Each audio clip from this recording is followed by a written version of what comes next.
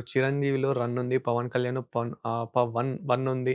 అలా ఇలా వీళ్ళ నేమ్స్ చూసి చాలామంది వాళ్ళ అభిమానులు ఎవరైతే ఉంటారో, ఇంకా అంటే వాళ్ళ కొడుకులకు గానివ్వండి, ఇప్పుడు నేను ఒక 'చిరంజీవి' అభిమాని అయితే గనక నేను నాకు పుట్టబోయే కొడుక్కి 'చిరంజీవి' అని పెడతాను. అలా చాలామంది పెట్టిన వాళ్ళున్నారు. హ్మ్. కానీ ఎదిగిన వాళ్ళు లేరు గదా!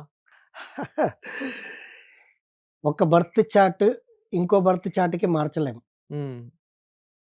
ఆయన పేరు పెట్టుకున్నంత మాత్రం ఈయన బర్త్ చార్ట్ ఇదవ్వదు. ఓకే. అందుకే నేనన్నదేంటంటే, నేను కాలిక్యులేట్ చేసి వ మన అక్షరాలన్నీ సెట్ చేస్తా. హ్మ్. గెస్ చేసి చెప్పను. ఓకే. కాలిక్యులేషన్ మనం ఎంత చేస్తే ఒక సాఫ్ట్‌వేర్ రెడీ అవుతది. హ్మ్. రైటా అండి? ఎన్ని మనం కోడ్స్ కొడితే అప్పుడొక సాఫ్ట్‌వేర్ రెడీ అనేది అవుతది. హ్మ్. అలాగే మా దాంట్లో మా మాస్టరింగ్ ఉంటది.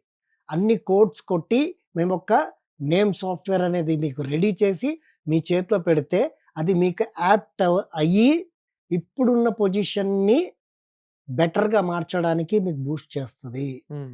మీరు ముందుకెళ్ళడానికి అది బూస్ట్ సపోర్ట్ చేస్తుంది.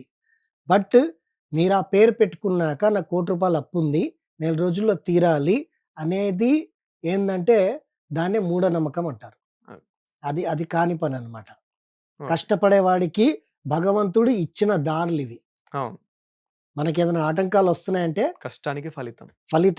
నీ కష్టానికి అడ్డంకి వస్తుంది అవును. గురుగారు అని నా దగ్గరకొస్తే నీకేం అడ్డంకులొస్తున్నాయనేది మనం అయితే సెలబ్రిటీస్ గురించి అడిగారు మీరు. హ్మ్. సెలబ్రిటీస్ పేర్లేమనాలి.